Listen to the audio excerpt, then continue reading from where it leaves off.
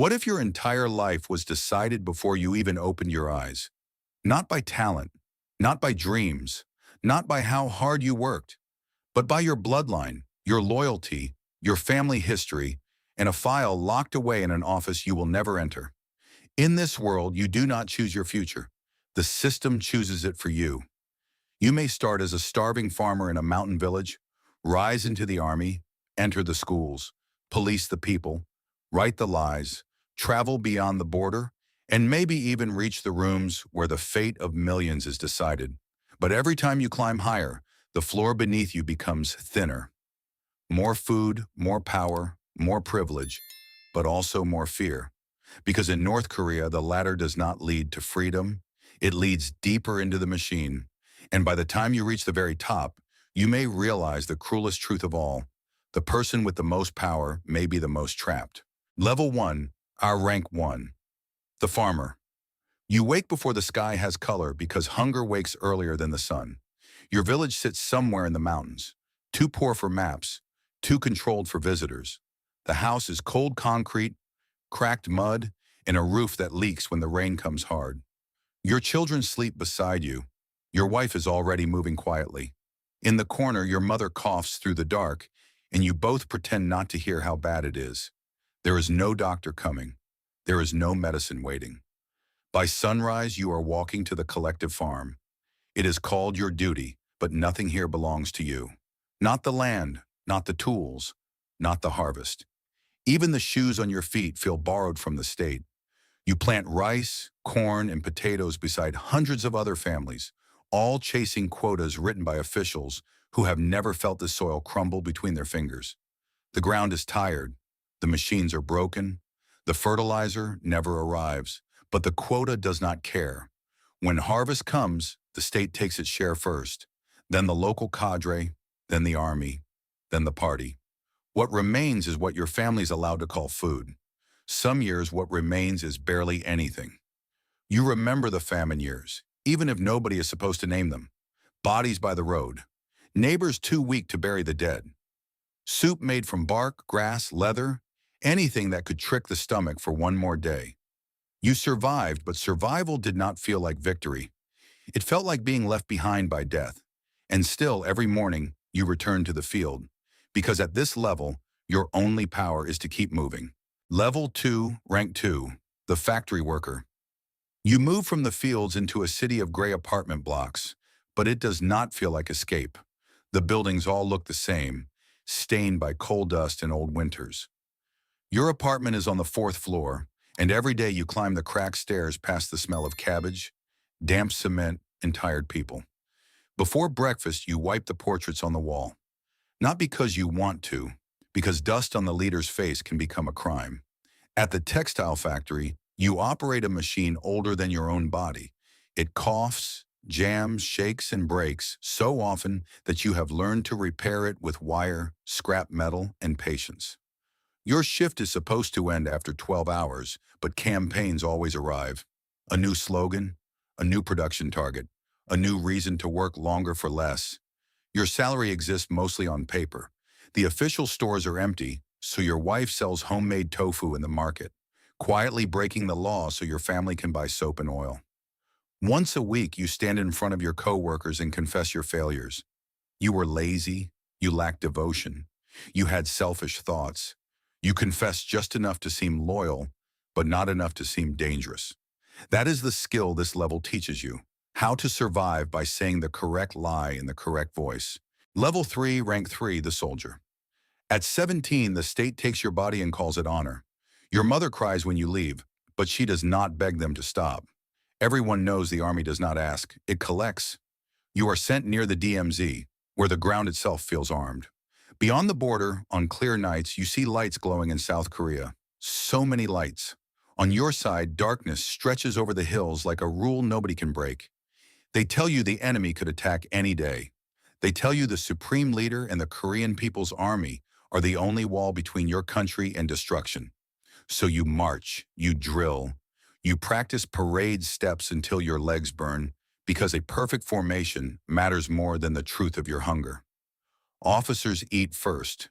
You get corn porridge, sometimes dried fish. sometimes nothing worth remembering. Your uniform grows loose. Your face becomes sharper. You are young, but your body starts moving like it belongs to an old man. Then you learn the army is not only for war, it is for labor. Roads, dams, apartments, monuments.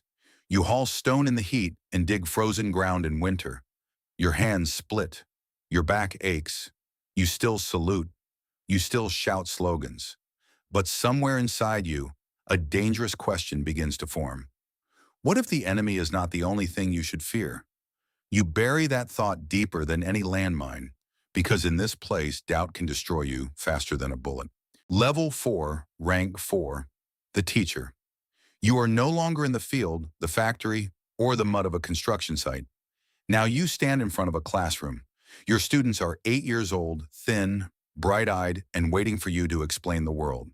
They wear clean uniforms, red scarves, and small leader pins over their hearts. They still believe adults tell the truth. That is what makes this level heavier than it looks. You teach them to read through stories of revolution. You teach math with tanks, bullets, factories, and heroic soldiers.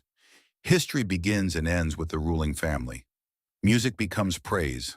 Art becomes portraits. Science becomes whatever the party says it should be. Every lesson must return to loyalty, and every child must learn the correct answer before they are old enough to ask the dangerous questions. The hardest part is that you know some of it is false. You are educated enough to doubt. You have heard enough whispers to understand the gap between the textbook and real life. But you teach it with a steady voice, because their test scores affect your school, your file, your future. The children of officials sit in front and receive the best chances. The children from wavering families sit in the back, already limited by a past they did not choose. You want to help them. Instead, you prepare them to survive. And that is the quiet punishment of this rank. Your hands are clean, but your words help build the cage. Level 5, Rank 5, the secret police officer. Now people lower their eyes when you enter the room. Doors open faster, conversations die mid-sentence. For the first time, fear works in your favor. You serve the Ministry of State Security, and your job is simple. Find disloyalty before it grows teeth. A joke about the leader, a radio tuned to the wrong signal, a neighbor with too much rice, a student hiding foreign videos on a USB drive. In another country, these might be secrets or mistakes.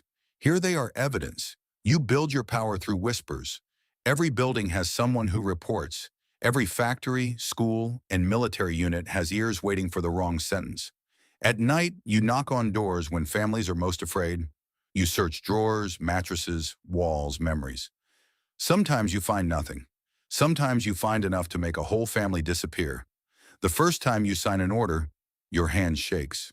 Later, it stops shaking. That scares you more. You tell yourself someone else would do it if you refused. You tell yourself mercy is dangerous, and it is. Because if you look away, someone may report that too. At this level, you are no longer only trapped by fear. You have become one of the reasons everyone else is afraid. Level 6, Rank 6, the propagandist. You have climbed high enough to live in Pyongyang, but not high enough to tell the truth. Your office belongs to the Korean Central News Agency, where the windows look out over clean streets most citizens will never walk. Your job title says journalist, but journalism died long before your first day. You do not investigate. You do not question. You turn orders into headlines. When harvests fail, you write about abundance.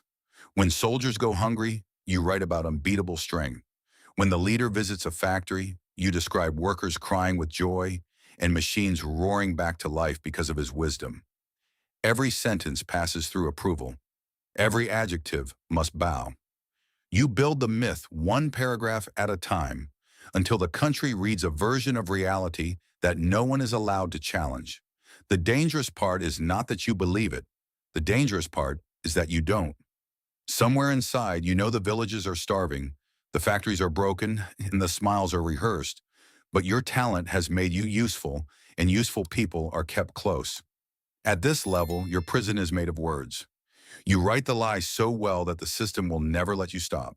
Level 7, Rank 7, the diplomat. Then one day the border opens for you, not fully, never fully, but enough. You are sent abroad as a diplomat, dressed in a clean suit, bought with government money, carrying a passport most people in your country will never touch. Maybe it is Beijing, maybe Moscow, maybe a quiet office in Southeast Asia. Wherever you land, the first shock is not the buildings or the traffic.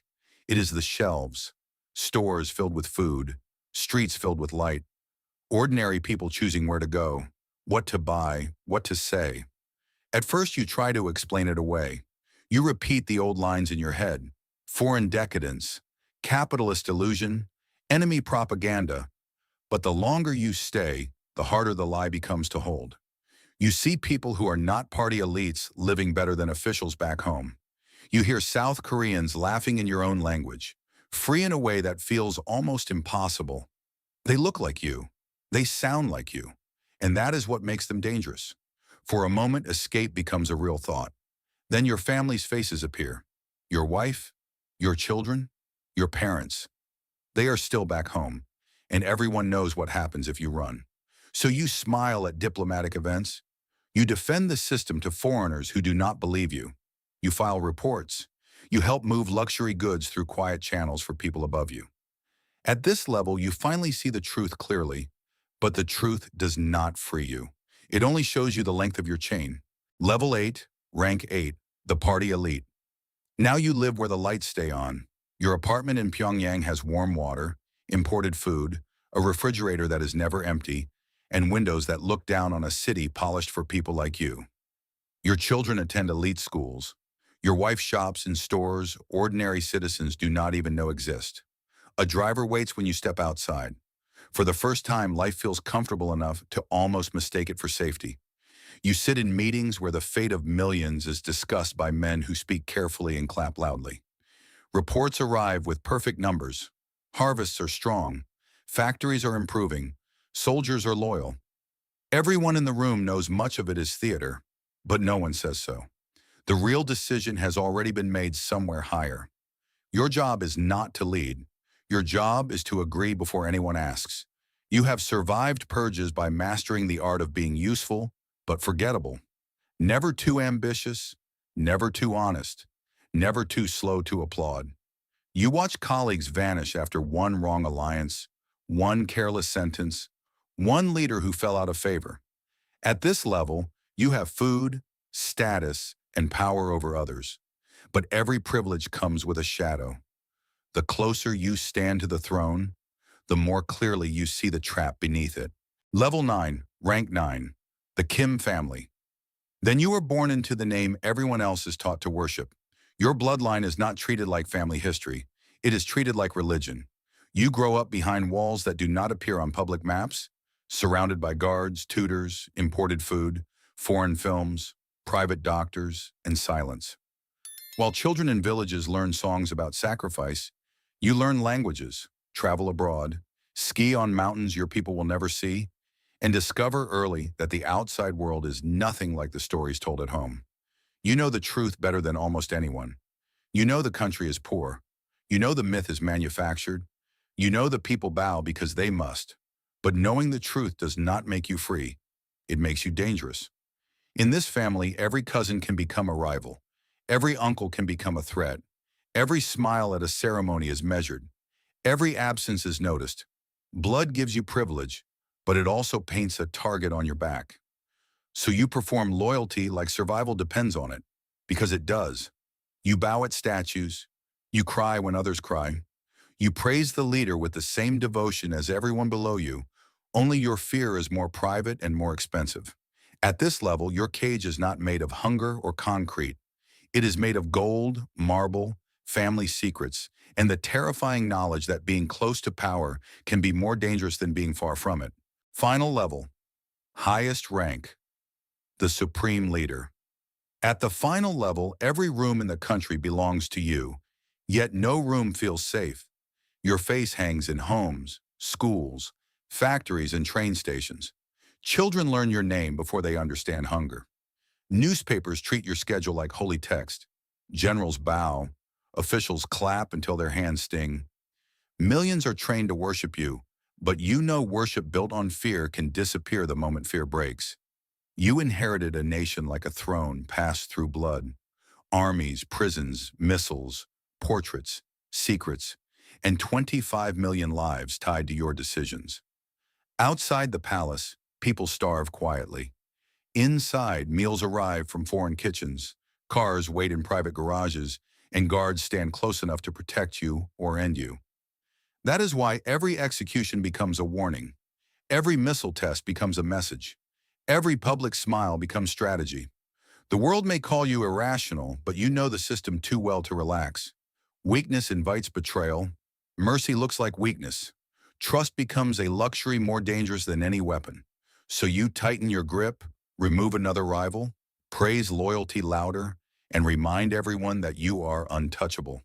But late at night, when the palace is silent, the truth becomes impossible to ignore.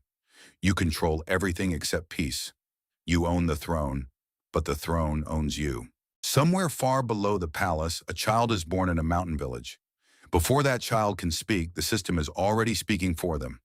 Their family history, their class, their loyalty record, their place in the invisible order, all of it begins shaping a future they did not choose. Maybe they will farm land they cannot own. Maybe they will march in a uniform. Maybe they will teach lies, write lies, enforce lies, or rise close enough to see the machinery from the inside. And far above them, the leader looks down from a throne surrounded by guards, luxury, and silence. One life begins at the bottom, one sits at the top, but both are tied to the same machine. That is the final truth of every rank. The higher you climb, the more the cage changes shape. At the bottom, it is hunger. In the middle, it is fear. At the top, it is loneliness. And no matter where you stand, the system always demands the same price: your freedom.